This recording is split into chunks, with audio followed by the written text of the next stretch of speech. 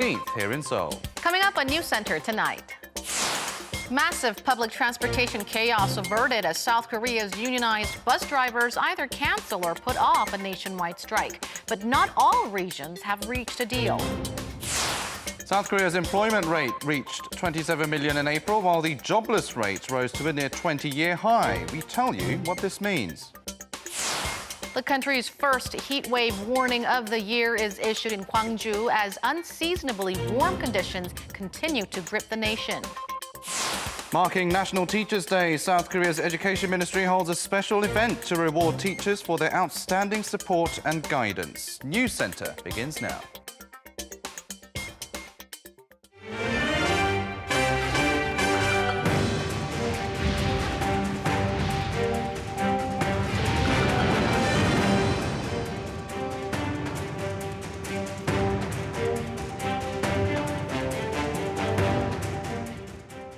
Good evening and welcome to Arirang NEWSCENTER, coming to you live from Seoul. I'm Arirang. And I'm Han-daeun. Thanks for tuning in.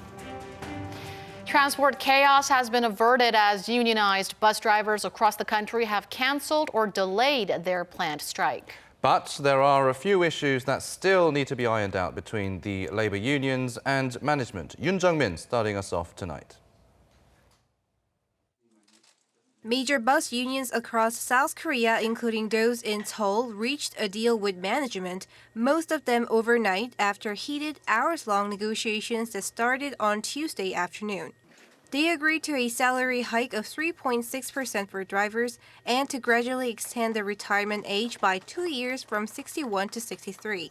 Bus unions in most regions, including Busan, Incheon, Chungcheongdo Province, and Jeollado Province, reached a deal either overnight or a day earlier. Many citizens say they are relieved to hear the news. I was worried last night due to the possible bus strike because it would take me longer to get to work. But when I found out this morning that the strike was cancelled, I was relieved. I'm heading to an amusement park with my friends. We were going to take the subway instead, but finally we can take the bus.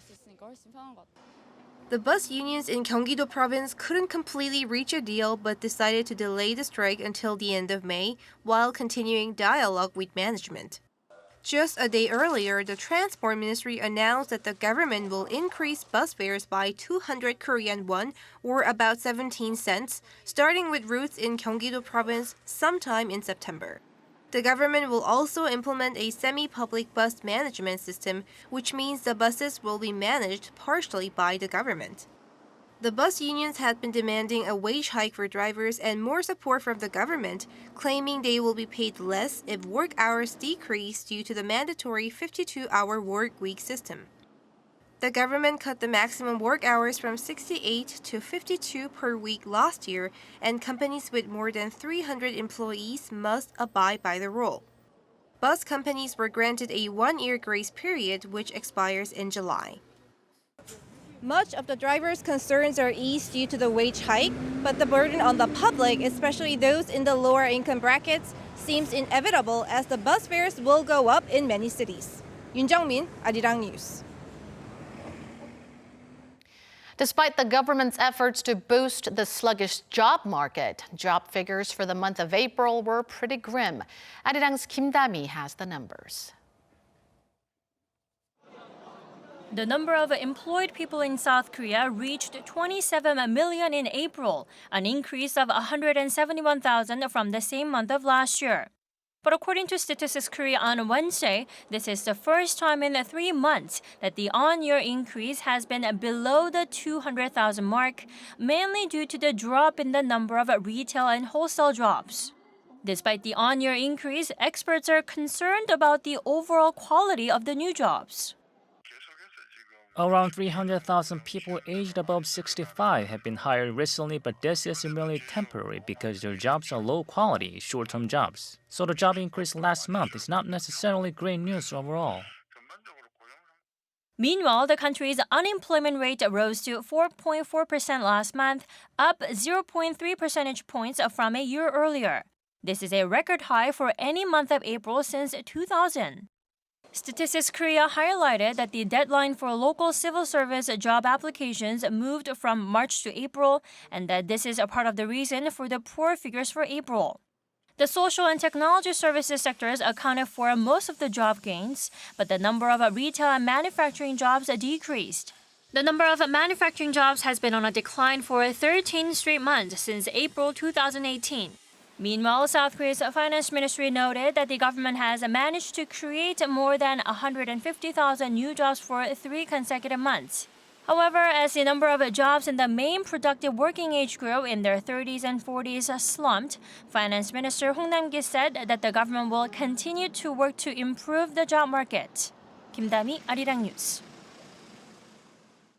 North Korea has technically rejected the recommendations of the UN Human Rights Council, which called on the regime to dismantle its political prison camps and release detainees.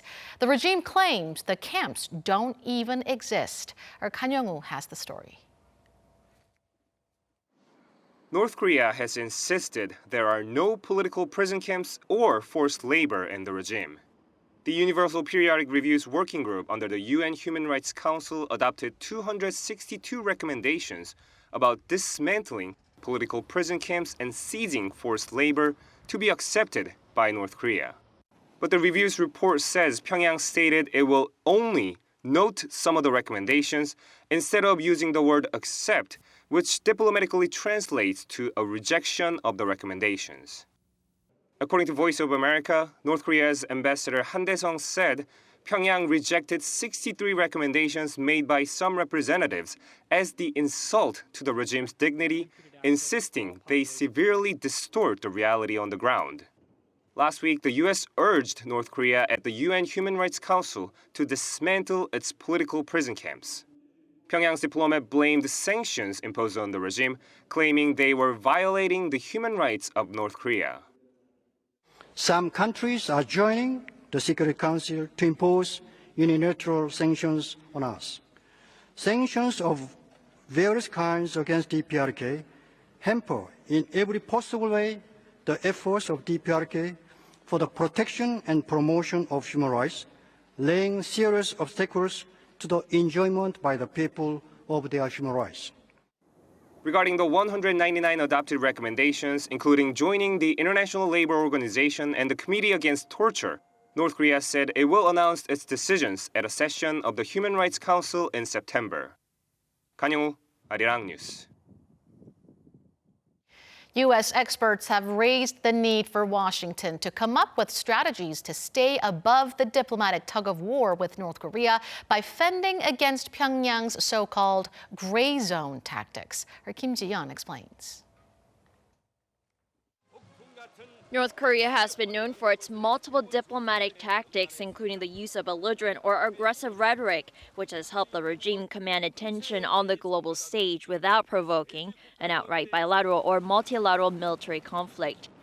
This is known as a gray zone strategy, a geopolitical intersection between military confrontation and accommodation. And it's a skill that experts say has been used by North Korea for years to help achieve its goals in foreign affairs and maneuver the U.S.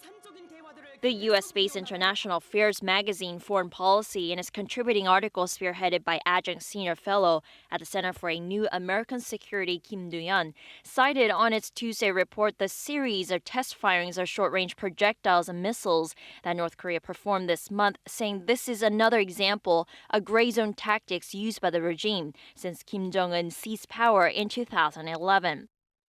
The report also mentions that Pyongyang's actions have posed a dilemma for both Seoul and Washington, neither of which wishes to overreact and risk closing a rare diplomatic window for denuclearization. The gray zone tactics are often comprised by bombastic statements aided by sensational coverage by foreign media.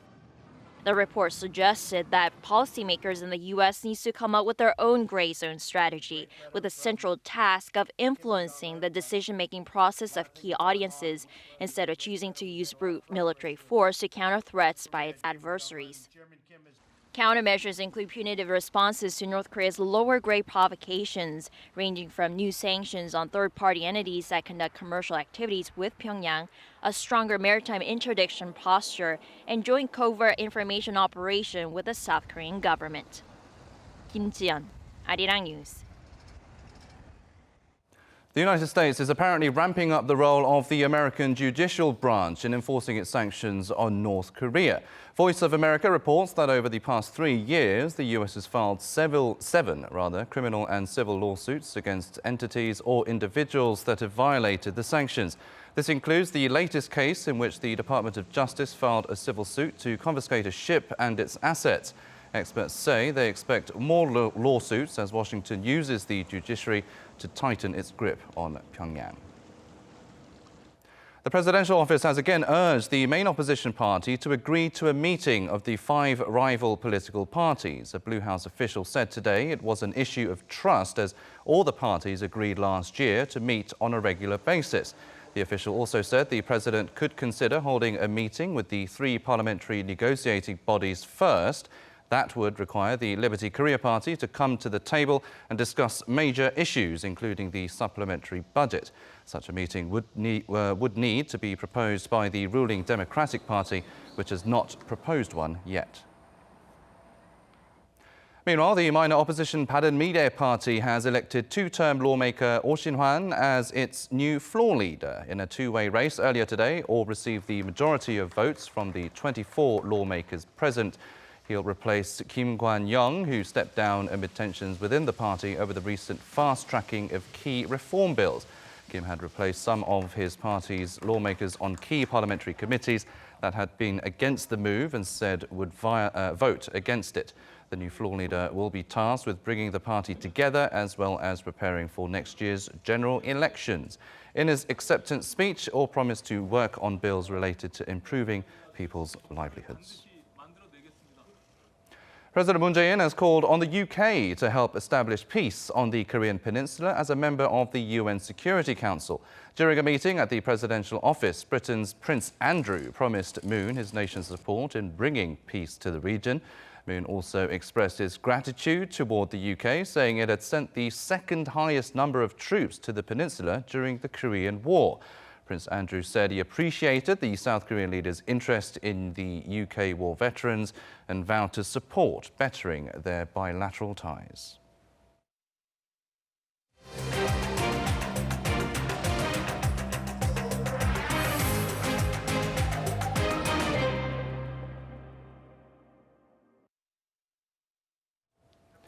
Now, late last month, the South Korean government announced 3 new growth engines to improve the nation's economy. One of them was system semiconductors. To tell us more about this, we have our Korean in the studio for us today. It's a pleasure having you here with us tonight. Let's start off by defining the term system semiconductors. I mean, what type of semiconductors is the government talking about?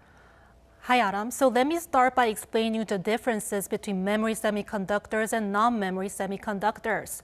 I'm sure most of the viewers are familiar with memory chips. The purpose of these chips is storing data, and examples include DRAM and NAND flash, which can be mass-produced. South Korea is leading the world's memory chip industry, and data shows that Korean tech giants such as Samsung Electronics and SK Hynix accounted for around 75% of the global DRAM revenue as of the 3rd quarter last year. Then there is the non-memory sector, the purpose of which is to process data. Examples include central processing units used in computers, and these components are normally produced in small quantities. In 2018, local companies accounted for only 3.1% of the global market share.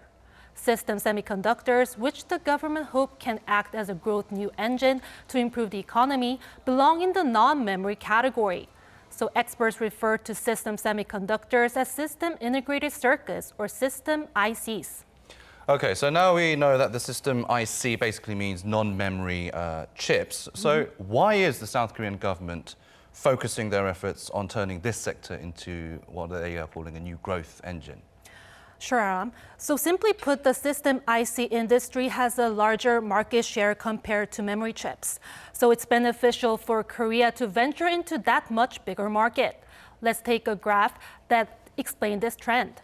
So according to IHS Markit, the global market size of the system IC industry marked around $246.6 billion in 2018, while memory semiconductor field made about $163.8 billion.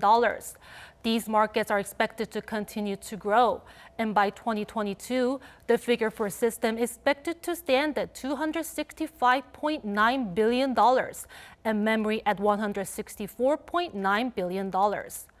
And another reason behind the push from the government is falling exports in the nation.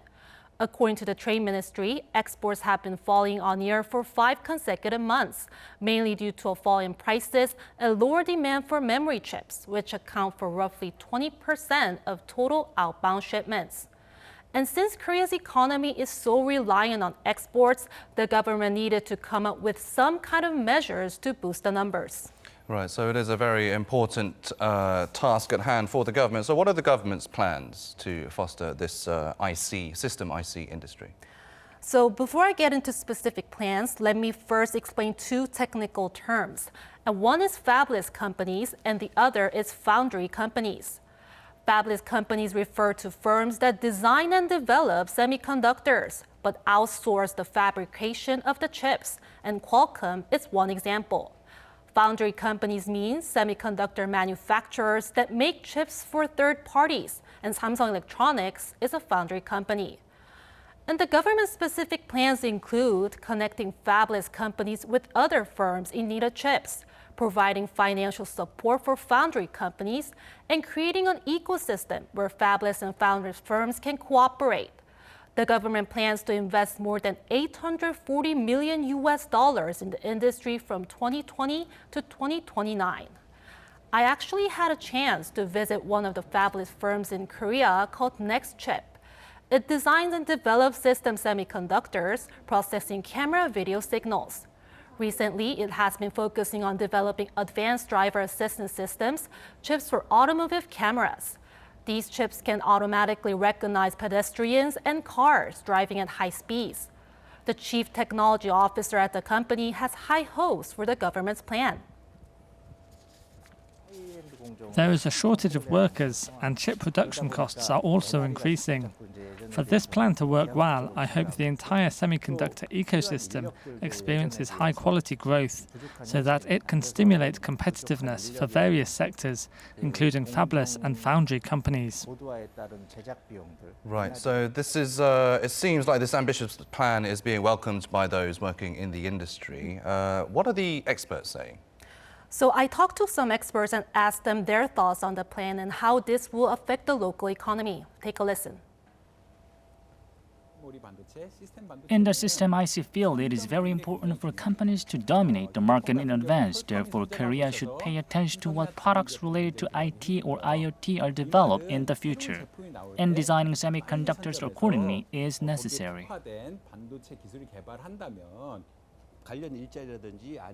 In the future, semiconductors might be used in traditional industries, such as agriculture.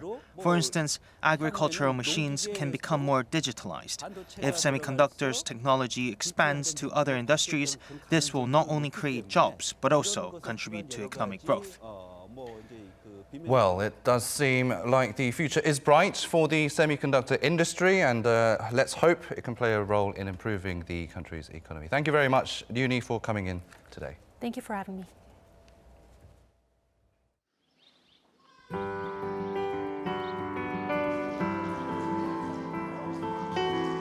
너무 가난한 탓으로 진학을 못하고 항상 그것이 엉어리가 돼서 마음에 언제 저런 사람들처럼 학교를 한번 다녀봤으면. 처음에 입학하기 전에는 걱정도 했었는데 그래도 선생님들이 많이 도와주셔서 그런 부분은 잘 넘기고 있네요.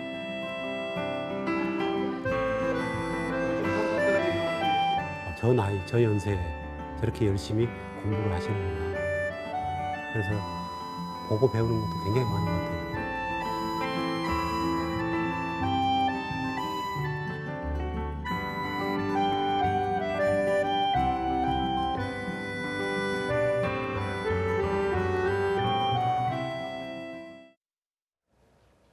South Korea is celebrating National Teachers' Day today, and an awards event was held in Sejong City to recognize some outstanding teachers. Our Kim Mo-kyun tells us about the significance of this day.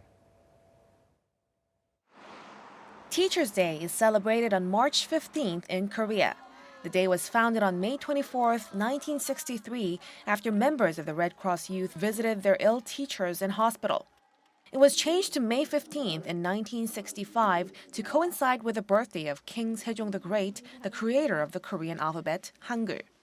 It has since been observed annually as a day to express gratitude and respect for teachers.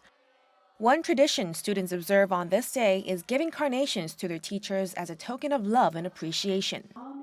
Some 700 elementary, middle, and high schools out of nearly 12,000 schools nationwide closed for the day in a bid to avoid situations where teachers inadvertently receive gifts that could breach the anti-graft law. To mark the special occasion, the Education Ministry held an event in Sejong City to recognize nearly 3,000 teachers for their outstanding support and guidance. It's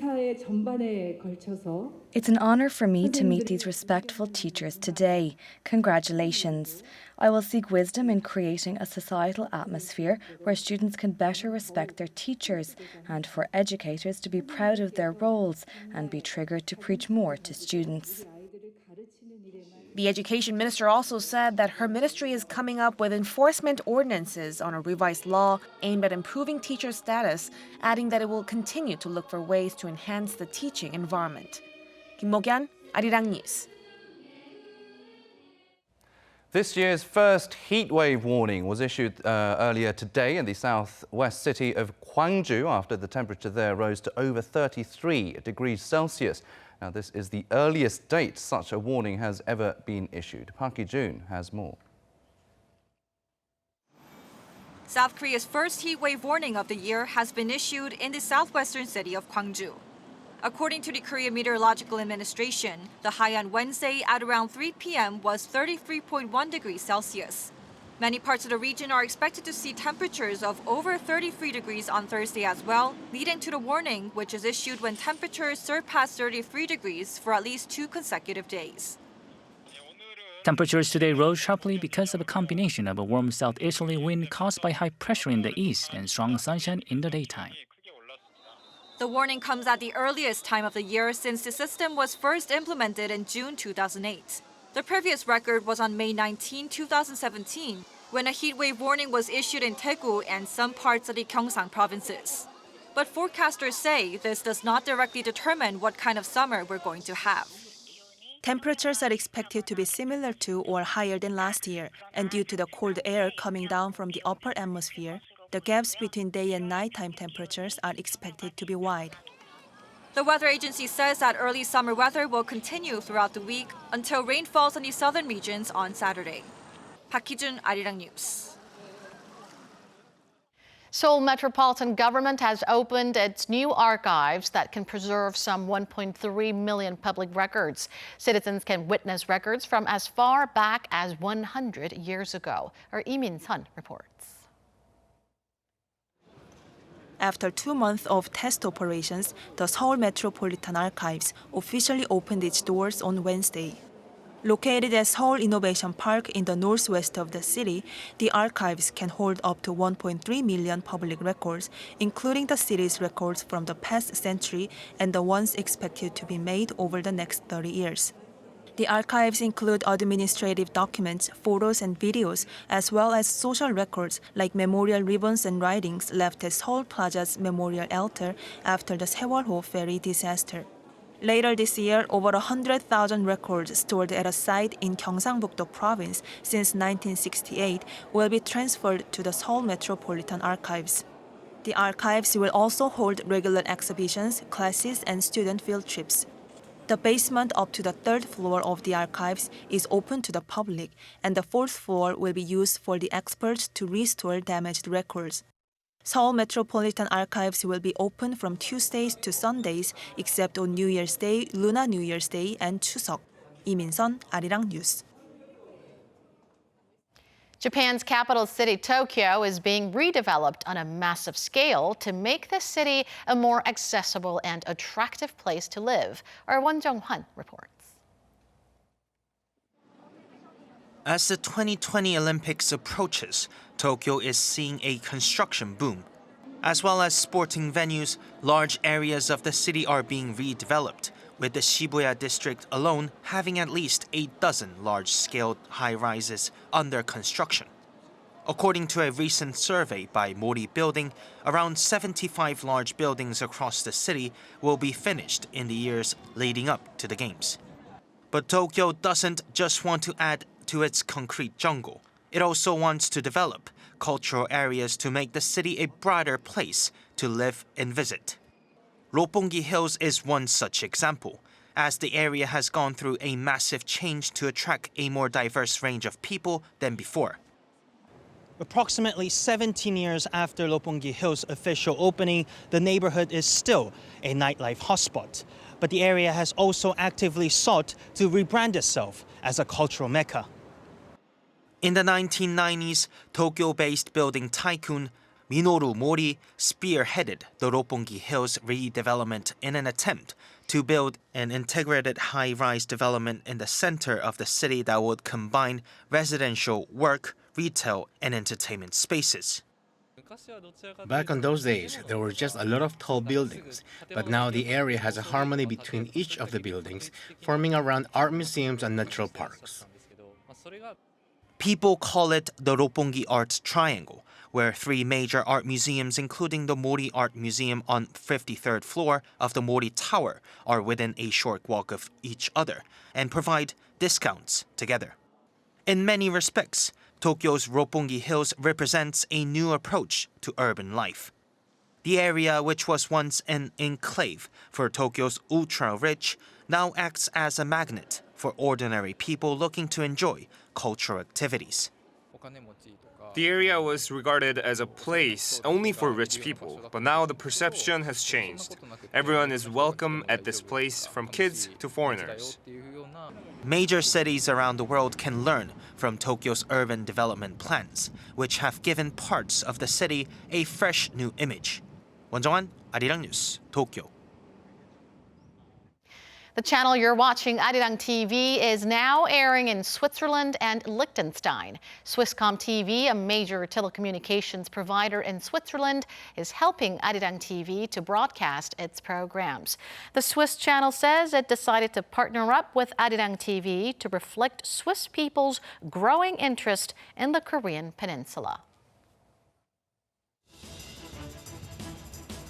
South Korea's finance minister says the government will foster biohealth as a key industry. In an economic ministerial meeting earlier today, Hong Nam-gi said the government will soon lay out measures focused on R&D and deregulation.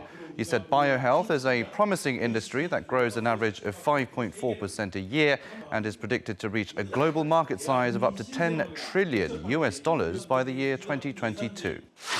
British Prince Andrew is in South Korea, where he visited the traditional village of Andong on Tuesday, 20 years after his mother, Queen Elizabeth II, took the same tour. He planted an apple tree before relaying greetings from his mother to the people of Andong. The Duke of York will head back home tomorrow. The World Health Organization is urging people around the world to eat well and exercise more to reduce the risk of dementia. The WHO released its first ever guidelines on the brain disorder on Tuesday.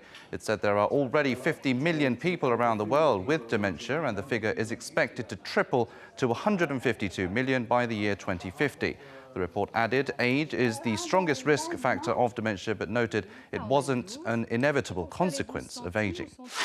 The 72nd Cannes Film Festival opened on Tuesday with the zombie extravaganza The Dead Don't Die, directed by Jim Jarmusch. 21 films will be competing for the top prize, including the South Korean film Parasite, directed by Bong Joon-ho. The winner of the Palme d'Or will be announced at the closing ceremony on May 25th. That has been your 3-minute news flash.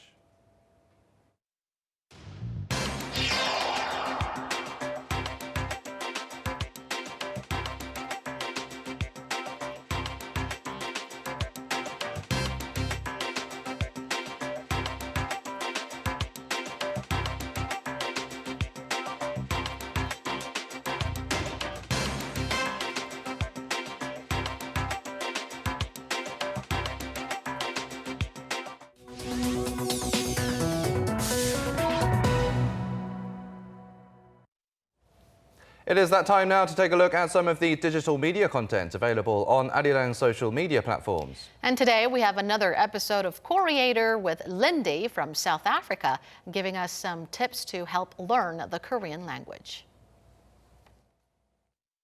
Hi, my name is Lindy and I'm from South Africa. 할인이는 오늘.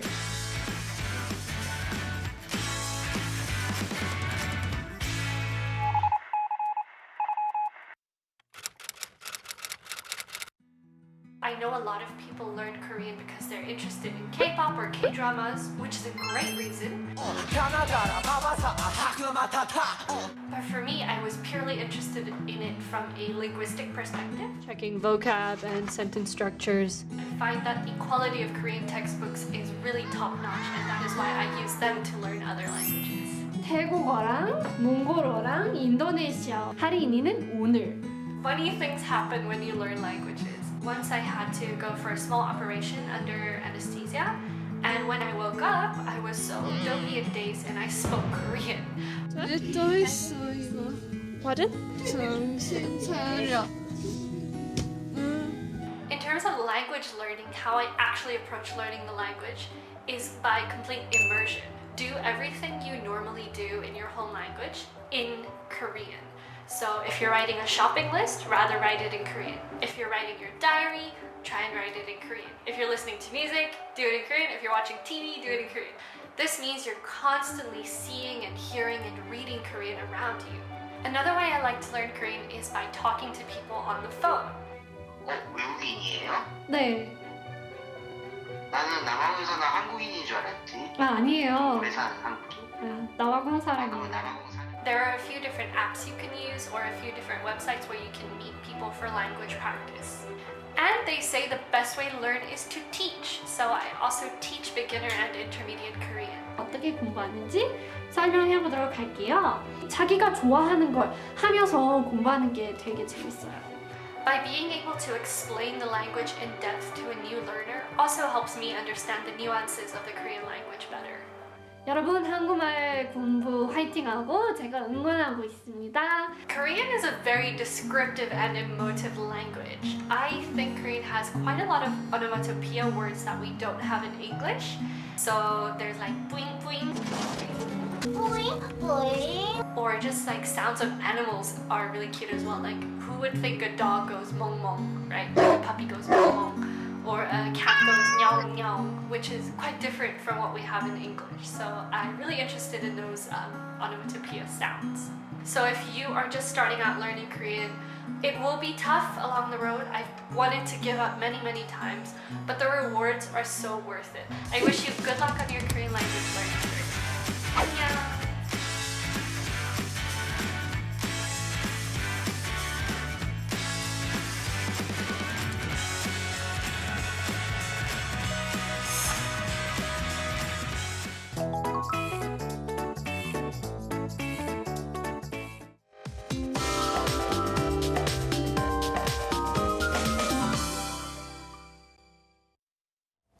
The weather is already feeling like summer as it's quite hot already during the day. And like in our earlier report, Gwangju was issued with the first heat wave of the year. Yes, and we are expecting this hot spell to last over the weekend as well. Let's get more details from our Michelle Park at the Weather Center for us. Michelle, what's the latest? Good evening, guys. The month of May is supposed to have some of the most favorable weather in Korea when the daytime is cool and comfortable. But instead, it's very dry and some of the southern regions are already experiencing some heat wave advisory.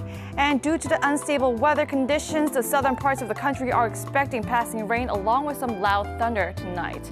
And Thursday will be clear and sunny across the nation, apart from some of the clouds over in Beijing and Tokyo. The morning temperature remains on the cooler side, and most regions will range from 16 to 18 degrees Celsius tomorrow. More regions can expect the highs to reach into the low 30s. Seoul will hit up to 29 degrees Celsius, while Busan and Jeju are slightly cooler at 25 and 26 degrees respectively. This unseasonably scorching hot weather is expected to linger throughout our weekend and will cool off when we get some rain over on Monday. I'll leave you with the weather conditions around the world.